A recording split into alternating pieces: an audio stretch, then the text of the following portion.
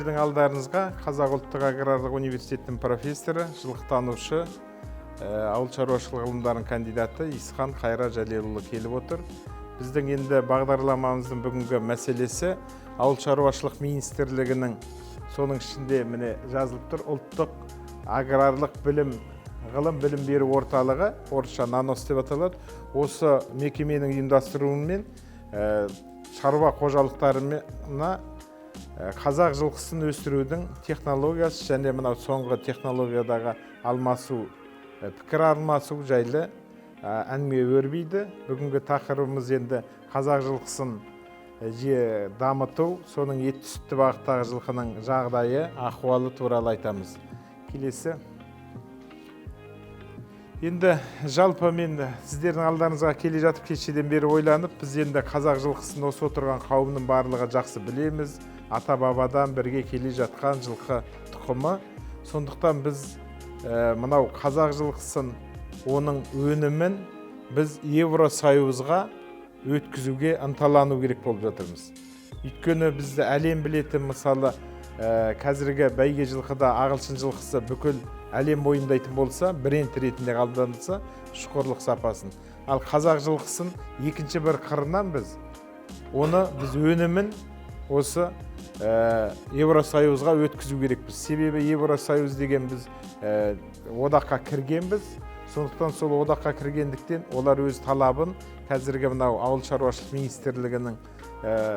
министрлігіне өзінің ұсыныстарын беру арқылы біздің жылқының сапасы қаншалықты жағдайда екендігін олар білгісі келіп, сондай талап қойып отыр. Келесі.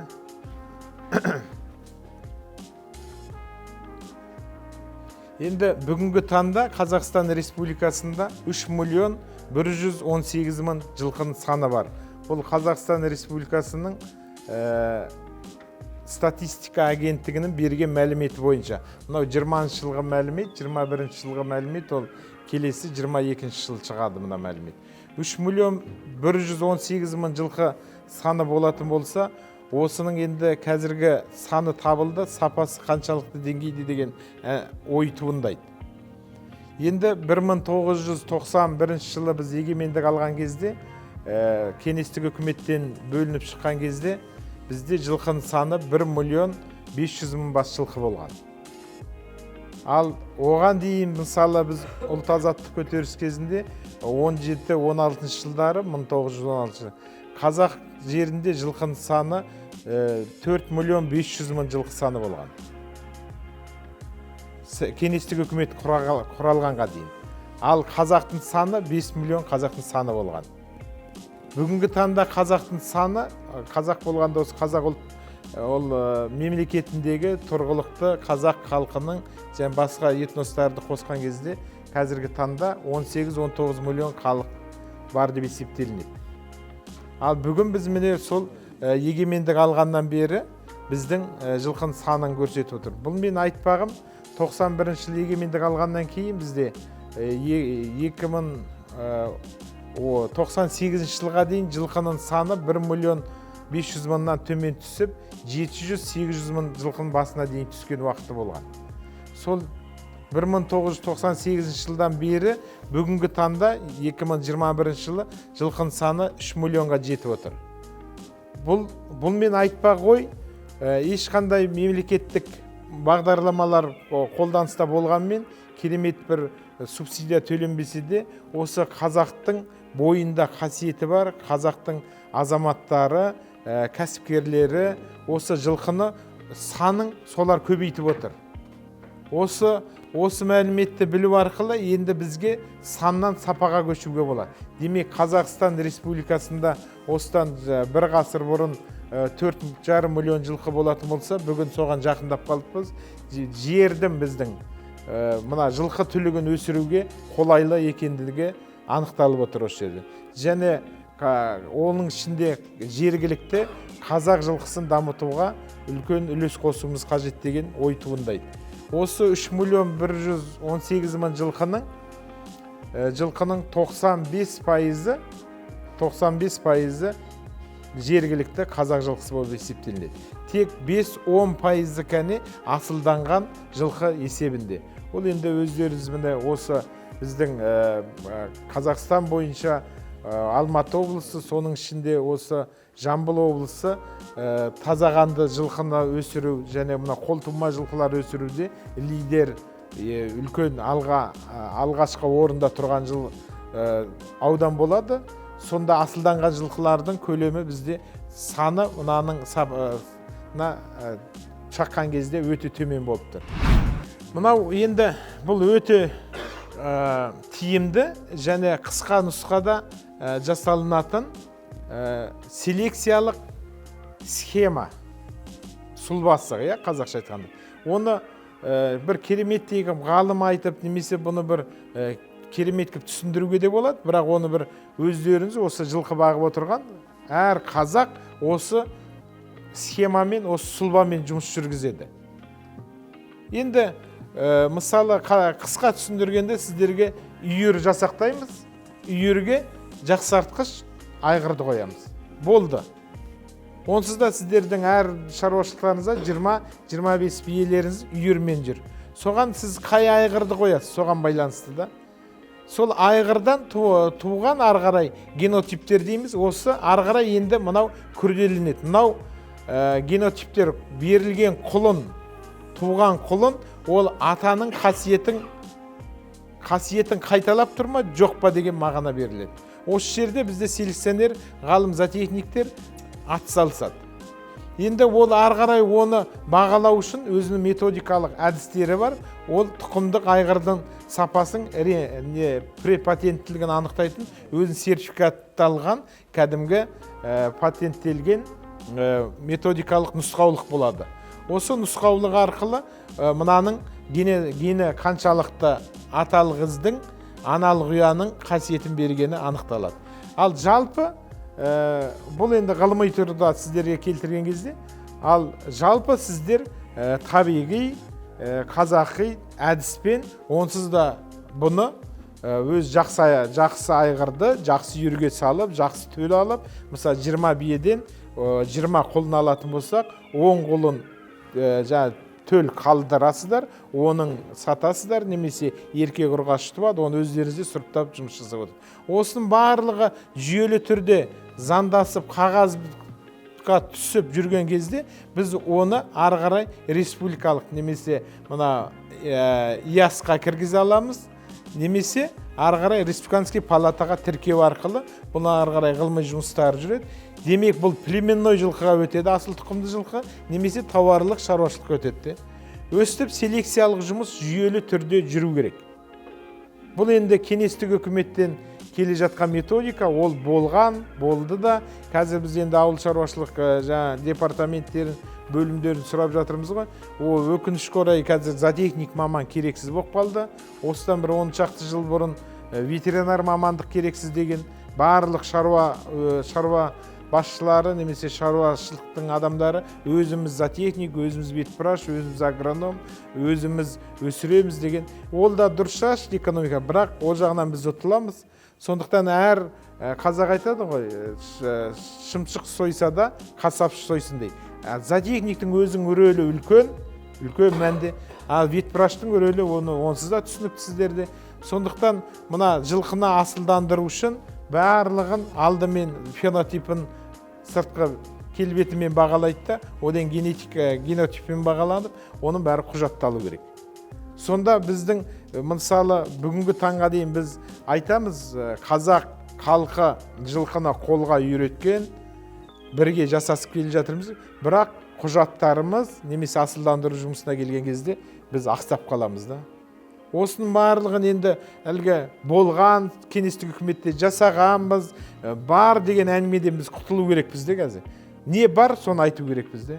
Мысалы енді міне алдарыңызда отыр ертілеу Сатыбалды ағамыз. Үлкен осы соңғы 3 жылда қайта ақылдасу арқылы, бір аздаған бір ғылымды қосу арқылы Қазақстанға келген төл тума жылқыларды, кәдімгі ағылшын тазаған жылқыларды заңдастыру жолы қалай ол? Қалай келтіре аламыз? Ол жылқыны сіздер, онсыз да сіздердің райондарыңыз белгілі район, бәйгеге ат қосып жатсыздар. Не полукровка, не жартылай қанды, не будан, не тазаған жылқы қосып жатыр. Барлығының атауы тазағанды деп аталады да. Халық арасында. Бірақ ол тазағанды жылқы болу үшін ағылшын жылқысы деп аталады. Енді ағылшын жылқысы деген термин жоқ негізі, бірақ бізге түсінікті болсын деп айтылады. Қазір әлем оны тазағанды жылқы деп есептейді. Сол тазағанды жылқы болу үшін ол төл құжатпен жүреді. Кәдімгі біз мысалы адамның өзі төл құжатымен жүреді ғой. Сіздің төл құжатыңыз жоқ болса, сізді мойындамайды. Төл құжатыңыз бар болса мойын. Тура ағылшын жылқысы да сондай деңгейге жеткен. Әлемде жаңа 300 жыл тарихы болғандықтан ол сондай мәртебені алып алған. Біздің жылқы неге болмасқа? Неге осыған жұмыс жасамасқа? Барлық сөзден іске көшсек деген. Сондықтан сіздер өздеріңіз жасап отырған, бұны бір ақыл айтып үйрететін емес, өздеріңіз үйірді жасақтайсыздар, жақсы айғырды қосасыздар, өніміне қарап, бағытына қарай, спорт болса спортты қосасыздар, өнімді бағыт болса өнімді, қымыз өндіргіңіз келсе қымыздың жақсы айғырын қосасыздар, мысалы сүт бергіш айғырларды. Сөйтіп жасап отырғанда, енді біз тек қана заңдастырып, мынандай құзырлы мекемелер бар, осындай құжаттар айланысымен осылай негізі селекциялық жұмыс осылай жүреді. Осыны енді шаруа басшылары тек сапаға көшу керекпіз, малдың басы шықса.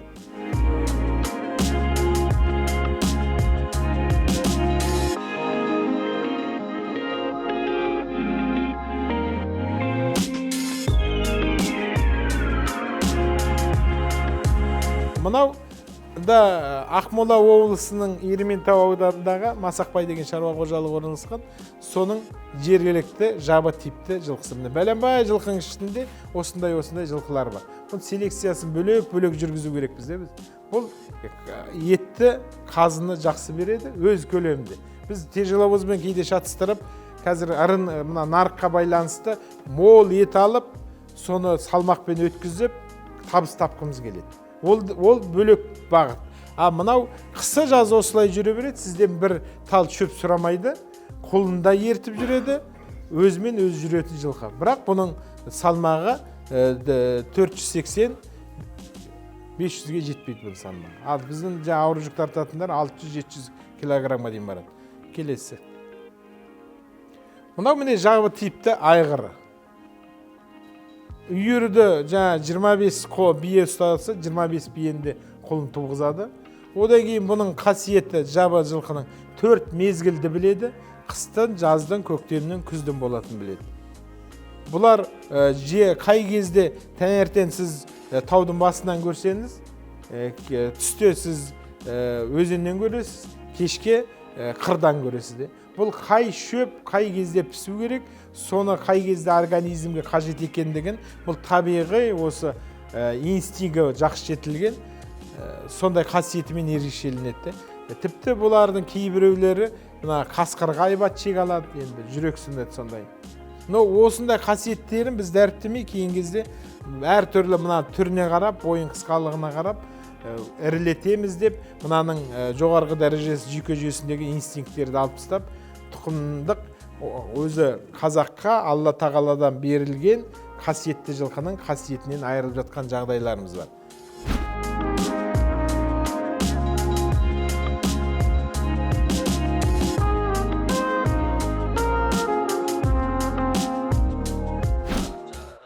Мұғалжашы неге ұқсайды? Құланға. Құланда генетикасында бар ма? Жоқ, онда ештеңе жоқ. Мына құла светті өзі қазақта айтады, бұл құлан ұқсайтын түс деп. Құла түс дегеніміз енді орысша айтқанда дикий мас дейміз ғой. Қазақша жабайы түс деп берді. Біз жаңағы мен ана жерде жоғал деймін. Бағана бір неңізді өте бағана басам етіп бір сұрақ әдемі айттыңыз. Біздің осы күнге дейін енді біз құлан дегенді біздің түсінігімізде жабайы есекті құлан деп кіргізген түсінігімізге.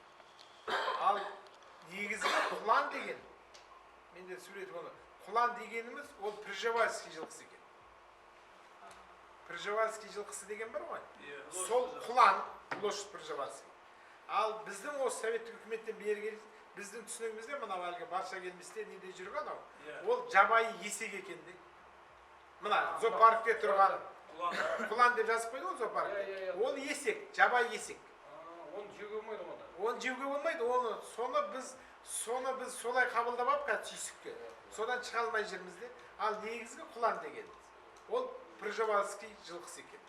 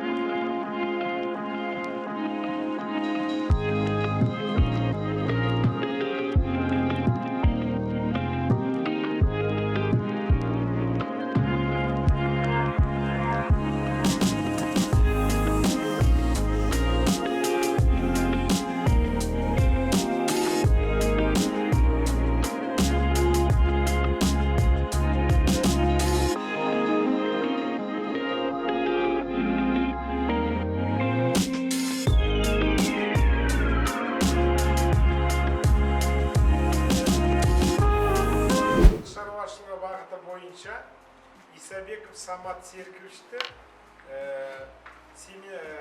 етті, сүтті бағыттағы жергілікті жылқы тұқымдарын асылдандыру селекциясы атты семинарын теориялық және практикалық курсын оқығаны растайтын куәлікпен марапаттауға рұқсат етіңіздер.